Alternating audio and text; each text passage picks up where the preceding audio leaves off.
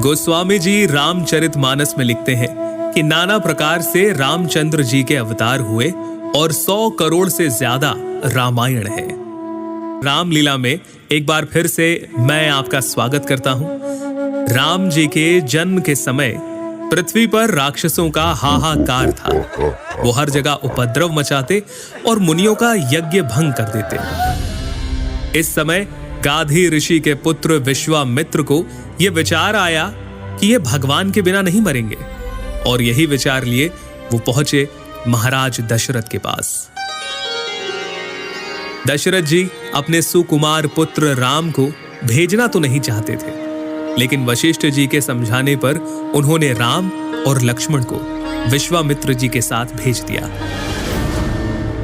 विश्वामित्र जी के साथ राम जी ने ताड़का का वध किया, मारीच और सुबाहु को मार भगाया, अहिल्या का उद्धार किया और पहुंचे जनकपुरी में, जहां पूरी नगरी रघुकुल शिरोमणि रामचंद्र को देखने के लिए उत्सुक थी। जनकपुरी में प्रवास के समय गुरु की आज्ञा से दोनों भाई पुष्प वाटिका पहुंचे, जहां उनकी भेंट हुई माता सीता से। जनकपुरी में स्वयंवर की तैयारियां चल रही थी। सभा तैयार थी। सभा में अनेकों अनेक राजा आए हुए थे, जिनके सामने महाराज जनक ने अपने प्रण को दोहराया। आज शिव जी के इस कठोर धनुष को जो इस राज्य सभा में तोड़ेगा, जानकी उसका ही वरण करेंगी। जब 10,000 राजा एक साथ मिलकर धनुष को तोड़ना तो दूर हिला तक नहीं पाए, तब जनक जी निराशा से बोले, मैंने जान लिया, पृथ्वी वीरों से खाली हो गई है।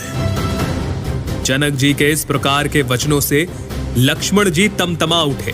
उनकी भौहें टेढ़ी हो गई, उनके नेत्र क्रोध से लाल हो गए।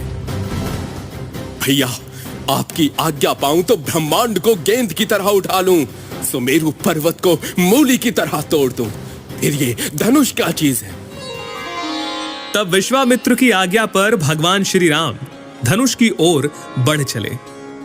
धनुष के समीप पहुंचकर उन्होंने मन ही मन गुरुओं को, अपने पितरों को और भगवान शिव को प्रणाम करते हुए फुर्ती से धनुष को लिया, चढ़ाया और तोड़ दिया। लेत चढ़ावत खेचत गाढ़े, लेत चढ़ावत खेचत गाढ़े, काहू न लखा देख सब उठाड़े। तेहि छन राम मध्य धनु तोरा, भरे भुवन धुनि घोर कठोरा। राम सिया राम बोलो, राम सिया राम बोलो, राम सिया राम बोलो राम। धनुष के टूटने पर परशुराम जी आते हैं। लक्ष्मण परशुराम संवाद होता है, जिसके बाद राम जी और लक्ष्मण जी का संवाद होता है, और इस प्रकार सीता स्वयंवर और बाल कांड संपन्न होता है।